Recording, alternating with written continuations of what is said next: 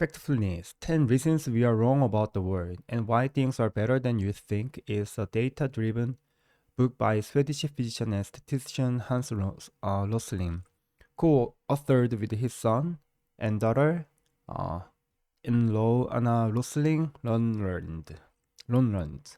The book argues that people's view of the world is systematically skewed toward negative and dramatic thinking.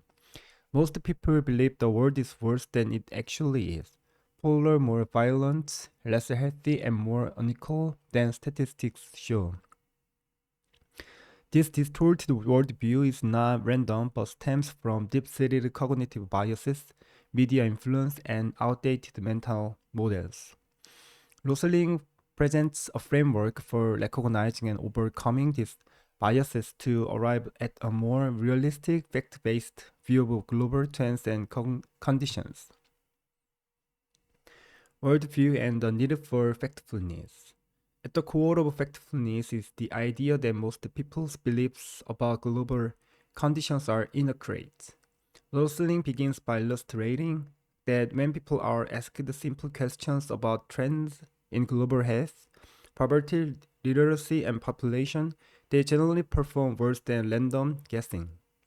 In surveys, Rosling conducted doctors, educators, executives, and even Nobel laureates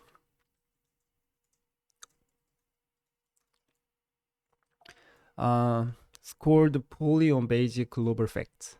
Rosling uses this to show the ignorance of real global conditions is systematic, not just individual lack of knowledge. Rosling coins the term factfulness as the stress-reducing habit of caring only opinions for which you have strong supporting facts. True factfulness requires abandoning dramatic instincts and embracing data over emotion and intuition. The book's thesis is that if we cultivate fact-based thinking, we can better understand global trends, reduce anxiety about unfounded fears, and make more effective decisions in policy, business, and daily life. 4 levels of income. One of Rosling's early key insights is a critique of a simplistic division of the world into developed and developing countries. This binary view creates a misperception that the world is split into two sharply contrasting groups, with a vast gap between them. Rosling argues that this view is outdated and doesn't reflect reality. Instead, he proposes a 4-level model of global income. Level 1, people living on less than $2 per day. Level 2, people earning $2 to $8 per day. Level 3, people earning $8 to $32 per day. Level 4, people earning more than $32 per day. Rosling shows that most people now live on levels 3, 2, and 3, in what might be thought of as middle income conditions. Very few people remain in extreme poverty level 1, and while high income level 4 exists, it isn't the only normal condition. This 4-level framework helps explain why many global indicators have improved.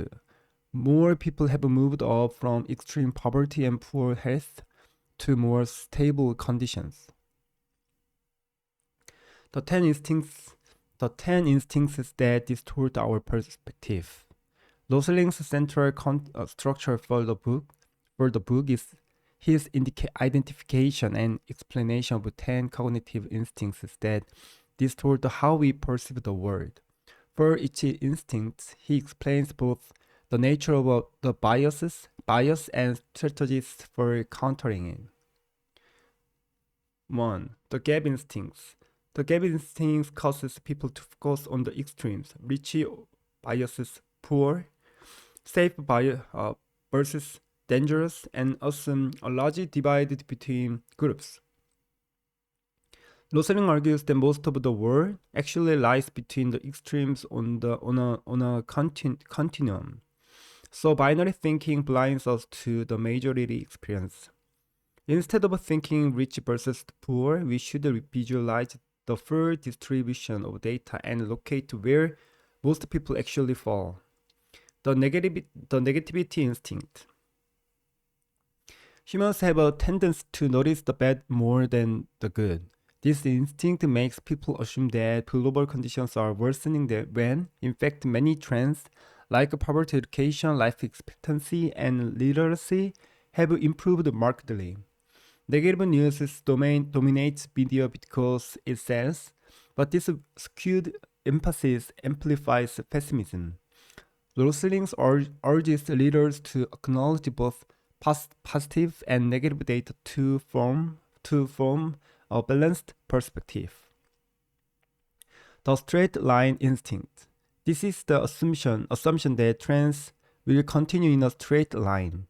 For example, people often think world population will increase steadily without change.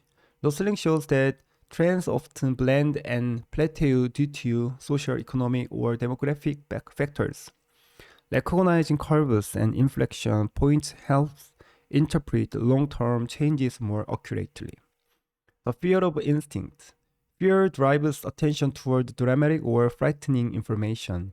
People are biologically programmed to notice danger, a survival trait. But in the modern world, this instinct can lead to overestimations of risks like terrorism or plane crashes, while underestimating common but less dramatic dangers like a heart disease or traffic accidents.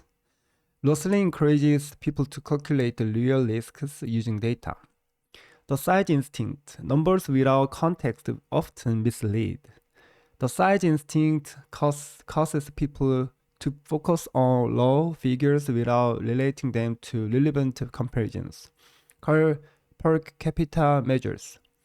Rosling says that understanding proportions and comparing numbers to relevant baselines prevent exaggerated interpretations of scale. The generalization instinct. People naturally categorize and generalize. But oversimplified groups, Africans or Muslims, hide enormous diversity. Rosling insists on looking within groups to appreciate differences and avoid stereotypes. He also warns against assuming that similarity within one context implies similarity everywhere. The destiny instinct. The destiny instinct is the belief that the future is fixed or that cultural traits determine unchanging outcomes. Rosling argues that slow changes are easy to overlook but cumulatively significant. Cultures and countries evolve. Nothing is predetermined. Recognizing gradual shifts helps counter fatalistic thinking. The single perspective instinct. People often seek single explanations and simple solutions. Complex issues usually have multiple causes and require multiple tools. Rosling recommends expanding one's toolbox of explanations and avoiding reliance on a single framework for understanding global phenomena. The blame instinct. When things go wrong, people tend to look for villains or simple culprits. Rosling notes that blaming individuals or groups stops inquiry into deeper, systematic causes. He proposes focusing on systems and interactions of causes instead of assigning simplistic blame. The urgency instinct. The urgency instinct leads to rushing decisions without sufficient data. Many crises are framed as requiring immediate action, which curtails thoughtful analysis. Rosling suggests pausing to gather facts and allowing decisions to unfold from a more data-informed position. Media perception and data. A recurring theme in factfulness is how media reinforces dramatic instincts. News organizations often emphasize conflict, crisis, and shock because they attract attention and engagement. This leads to a negative bias in public perception. Rosling highlights that many aspects of life, health, education, technology access, and economic conditions have steadily improved globally over decades, yet public perception fails to match the data. A more fact-based engagement with information would help individuals see where progress has occurred and where challenges remain. Rosling also notes that data itself is not neutral. Interpretation and presentation matter. He advocates for transparent, clear data visualization and skepticism toward statistics presented without context. Rather than assuming data is solely objective, Rosling encourages questioning how data is framed and what underlying assumptions shape its interpretation. Factfulness involves a combination of humility, critical thinking, and numeric literacy.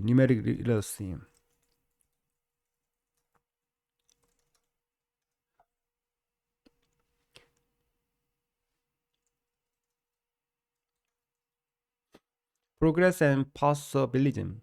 While many perceive him as an optimistic, Rosling rejected that label. Instead, he described himself as a possibilist, someone who neither hopes without reason nor fears without reason. He emphasized acknowledging progress where it exists while also recognizing serious ongoing global challenges, such as climate change, inequality, and health threats. A possibilist maintains realist optimism grounded in evidence and careful analysis, avoiding both unwarranted pessimism and negative optimism. Practical tool set and mindset shifts. Rosling factfulness is not just diagnostic, it's prescriptive. It offers practical tools to counter each instinct. Look for distributions instead of extremes. Recognize that trends curve and change direction. Compare numbers to appropriate baselines. Resist oversimplified categories. Question urgent narratives that lack data foundations. Impact on reception. Factfulness has been widely praised for its clarity and optimistic yet grounded perspective. At its heart, factfulness is an invitation to see the world more clearly, not through the lens of fear, drama, or intuition, but through rigorous, contextualized data. It changes the readers to confront their preconceptions, recognize their cognitive biases, and adopts a more nuanced, evidence-based approach to understanding global trends. By doing so, Rosling argues people will not only have a more accurate picture of the world, but also a more constructive and hopeful engagement with its challenges and potentials.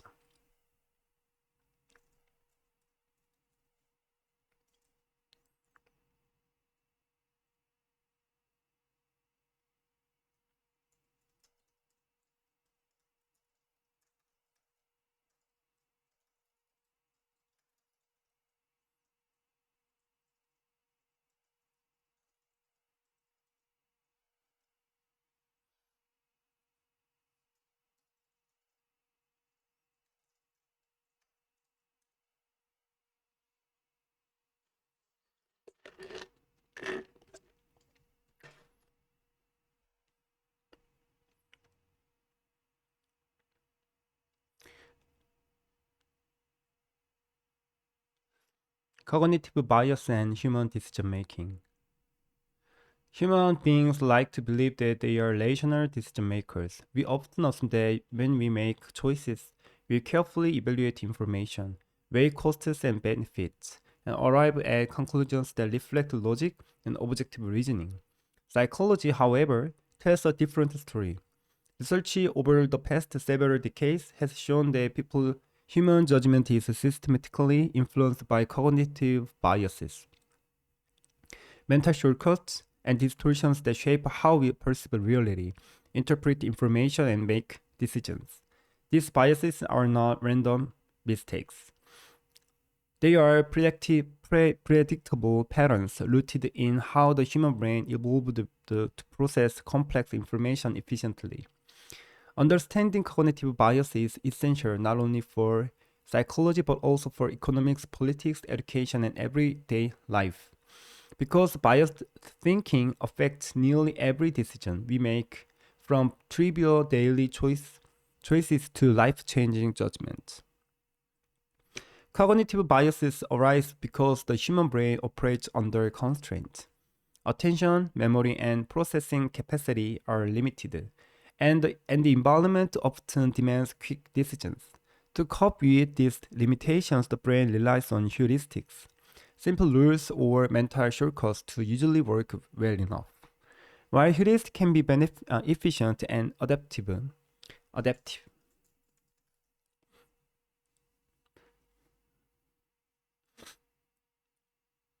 they can also lead to systematic errors when applied inappropriately.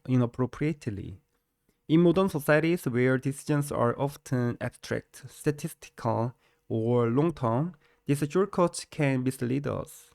As a result, people frequently overestimate rare risks, underestimate gradual changes, cling to false beliefs, and resist information that challenges their worldview. One of the most influential frameworks for understanding cognitive biases comes from the work of psychologists Daniel Kahneman and Amos Tversky. They propose that human thinking operates through two systems. System 1 is fast, automatic, intuitive, and emotional. It allows us to recognize faces, react to danger, and make snap judgments. System 2 is slow, deliberate, analytical, and effortful. It is responsible for complex reasoning, calculation, and self-control. Cognitive biases typically arise when System 1 dominates a situation that require careful analysis, or when System 2 fails to monitor and correct intuitive responses. Because System 2 requires mental effort, people often rely excessively on System 1, even when accuracy matters. One well-known cognitive bias is confirmation bias. The tendency to seek, interpret, and remember information that confirms existing beliefs, while ignoring or dismissing contradictory evidence. Confirmation bias explains why people become polarized on political, social, and moral issues. Once individuals adopt a belief, they are more likely to consume media that supports it, trust sources that align with it, and scrutinize opposing views more harshly. This bias is reinforced by social media algorithms, which present users with content similar to what they have already engaged with, creating echo chambers that strengthen pre-existing opinions.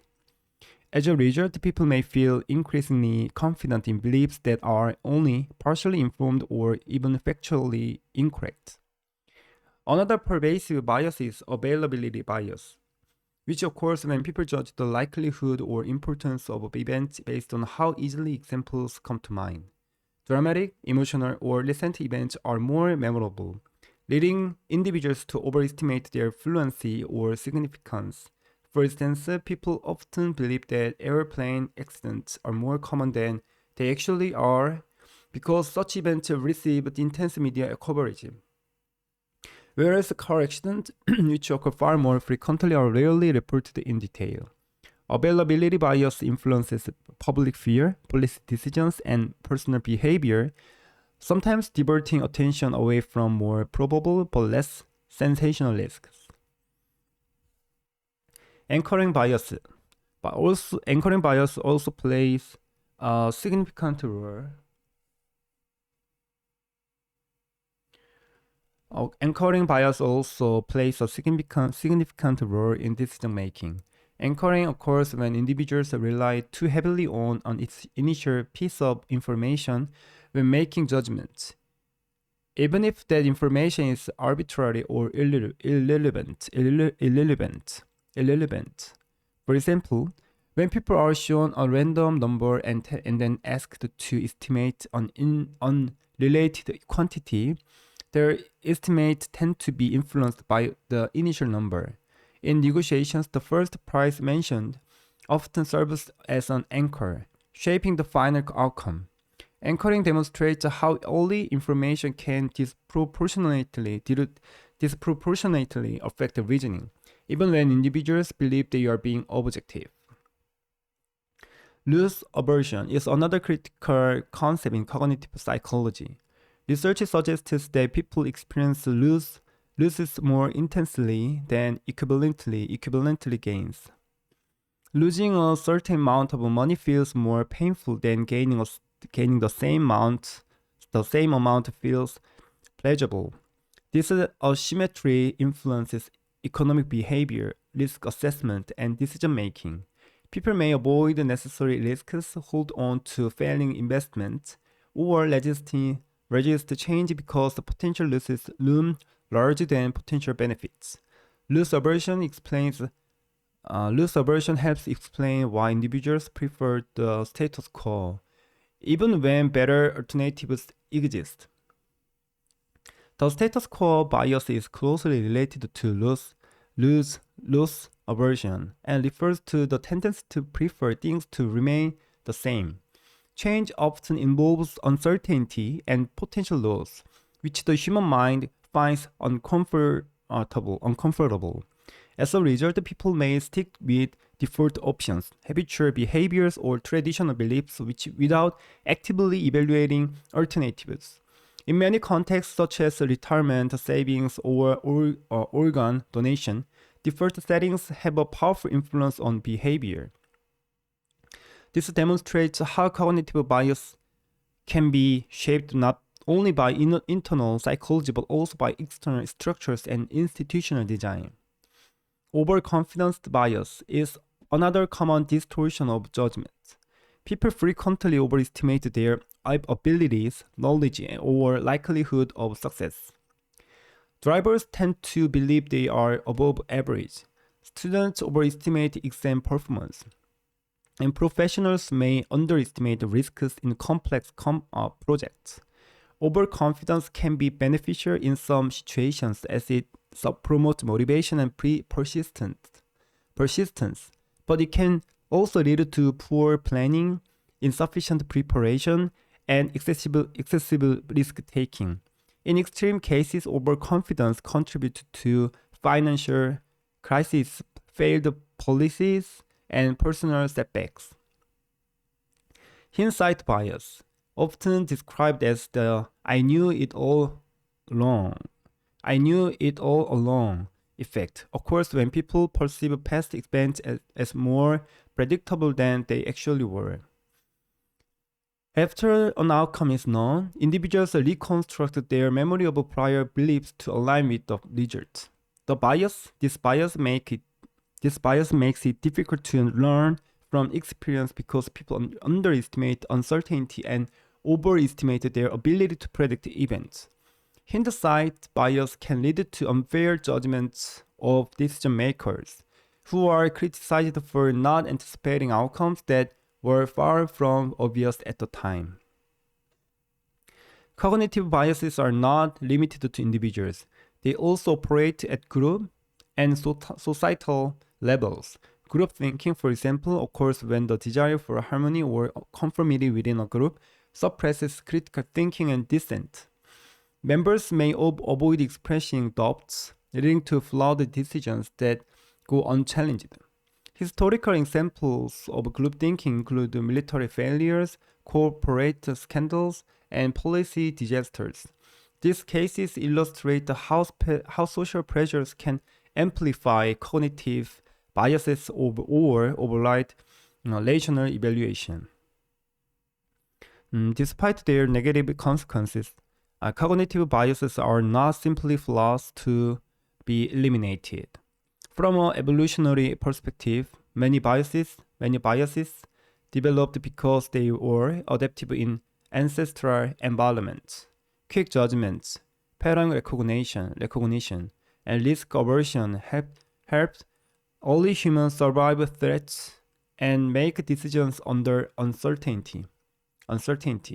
The problem arises when these ancient mental mechanisms operate in modern contexts that differ dramatically from those in which they evolved.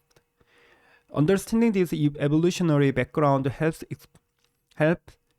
explain why biases are so persistent and resistant to change.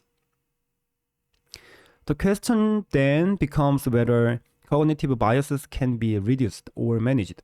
Psychological research suggests that complete elimination is unrealistic, but awareness and structural interventions can mitigate their effects. Teaching critical thinking skills, statistical literacy, and probabilistic reasoning can help individuals recognize when intuition may be misleading. Encouraging slow, reflective thinking and exposing people to diverse perspectives can also reduce the impact of certain biases. In organizations, decision-making processes can be designed to include dissent, data checks, and independent evaluation to counteract group-level biases. Another promising approach involves the use of nudges, subtle changes in choice architecture that guide behavior without restricting freedom.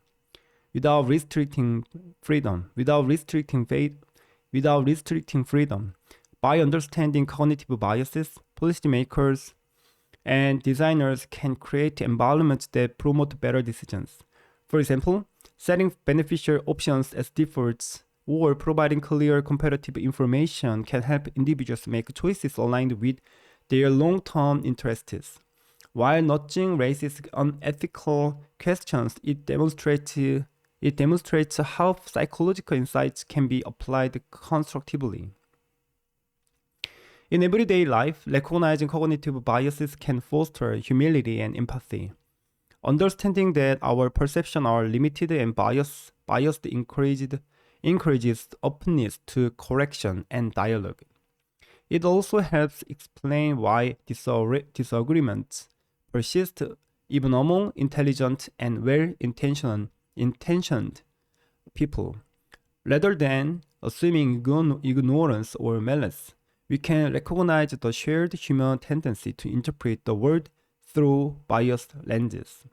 In conclusion, cognitive bias is a fundamental feature of human psychology that shapes how we think, decide, and interact with the world.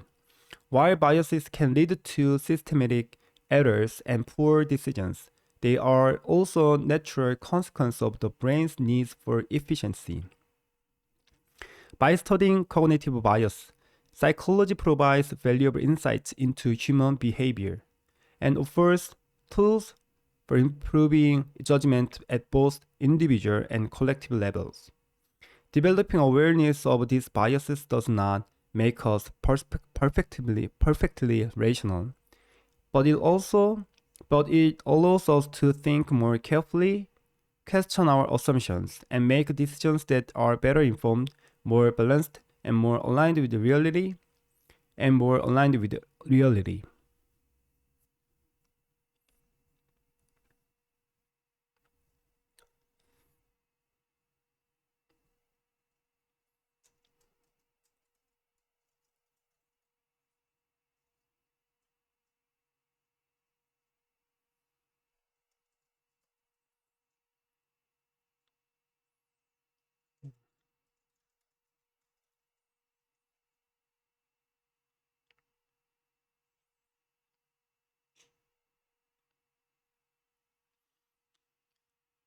Motivation and self-determination theory.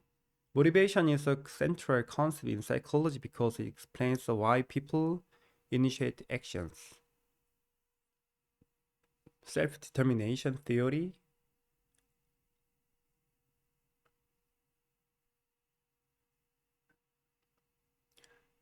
Competence refers to the need to feel effective and capable in interacting with the environment. People are motivated to seek challenges, develop skills, and experience mastery.